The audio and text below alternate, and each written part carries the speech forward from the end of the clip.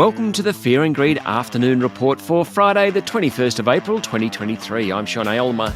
Every afternoon, we've got the 5 stories that happened today that you need to know about. Story number 1, the S&P ASX 200 finished today up 0.4% to 7,330 points, meaning for the week, it was down around 30 points.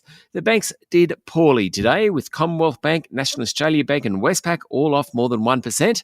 The energy companies outperformed. It was a tough day for the iron ore miners. A build-up in port inventories hit investor sentiment, sending the price of ore down for a third straight day to near 4-month lows.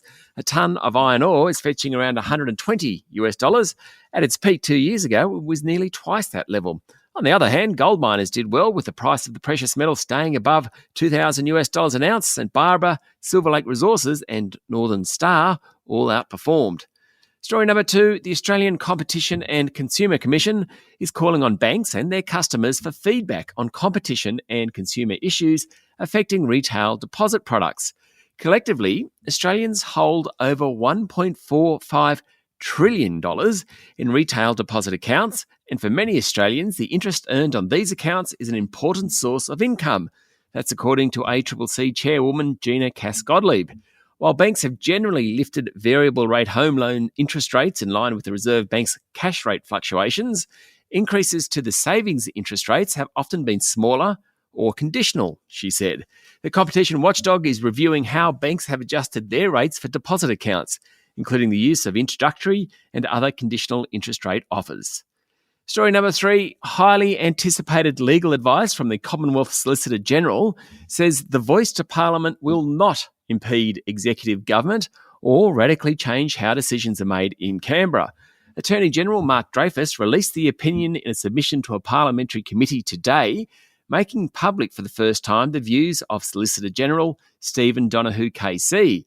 But the coalition seized on news that the opinion is not the same document considered by Cabinet, which is actually kept secret under law, according to Financial Review. The opinion released was written on April 19 after opposition leader Peter Dutton demanded legal advice from Dr Donohue be made public.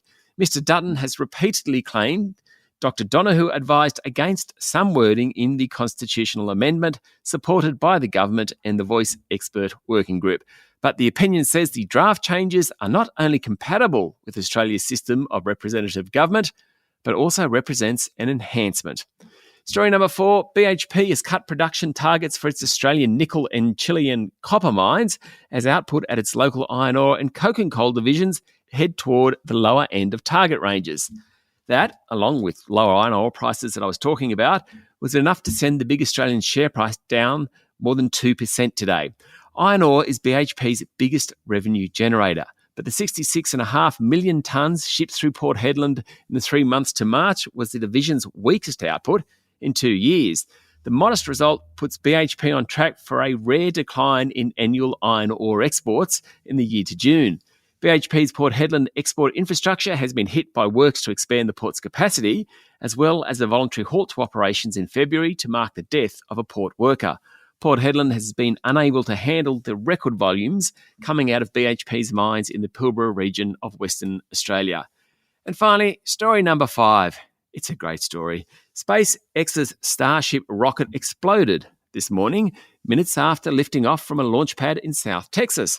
The rocket, the most powerful ever built, did not reach orbit, but Elon Musk's SpaceX said it provided important lessons for the future, no doubt. The engines on the Super Heavy booster ignited in a huge cloud of fire, smoke and dust, and Starship rose slowly upward. About a minute later, the rocket passed through a period of maximum aerodynamic pressure, one of the crucial moments for the launch of any rocket, and shortly after that, it began to tumble before exploding in a fireball high above the Gulf of Mexico. NASA is relying on SpaceX to build a version of Starship that will carry 2 astronauts from lunar orbit to the surface of the moon during its Artemis 3 mission. There was great anticipation for today's flight, which had been delayed from Monday, before the launch, which had no people aboard and aimed to validate whether the design of the rocket system is sound. Mr. Musk, the company's founder, said it might take several tries before Starship succeeds at this test flight. He wasn't wrong. That's it for the afternoon report for Friday, the 21st of April, 2023. Michael Thompson, Adam Lang and I will be back tomorrow morning with a weekend edition of Fear and Greed. I'm Sean Aylmer. Enjoy your evening.